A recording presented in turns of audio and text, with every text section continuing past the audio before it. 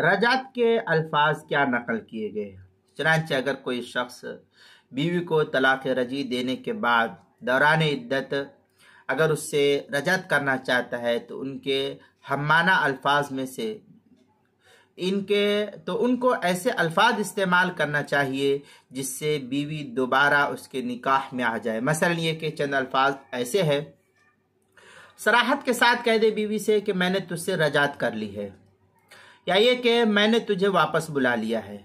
تیسرے یہ کہے بیوی سے کہ میں نے اپنی بیوی سے رجعت کر لی ہے، یا چوتھے یہ کہ وہ کہے کہ میں نے تجھے اپنے نکاح میں روک لیا ہے۔ اس طریقے کے الفاظ کہے۔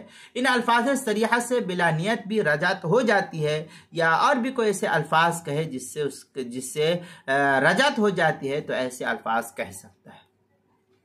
چنانچہ فتاوی شامی میں ہے بِنَحْوِ رَاجَعْتُكَ أَوْ وَرَدَّتُكَ وَأَمْسَكْتُكَ بِلَا نِيَّةٍ لِأَنَّهُ صَرِيحٌ، یہ در مختار کی عبارت ہے۔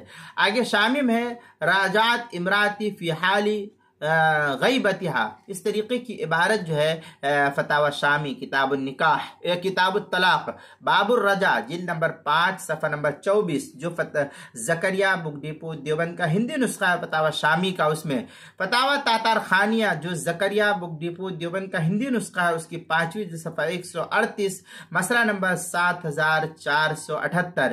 آگے ہدایہ میں ہے والرجعت ان یقول راجعتک او راجعت امراتی، یہ ہدایہ کی عبارت ہے کتاب الطلاق باب الرجع جلد نمبر 2 صفحہ نمبر 395 دارالکتاب دیوبند کا چھپا ہوا نسخہ ہے۔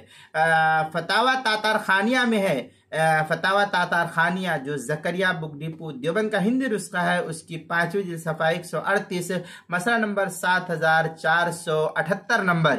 اسی طریقے سے کتاب المسائل کی 5ویں صفحہ 115 پر نقل کیا گیا ہے، وہاں بھی دیکھ سکتے ہیں۔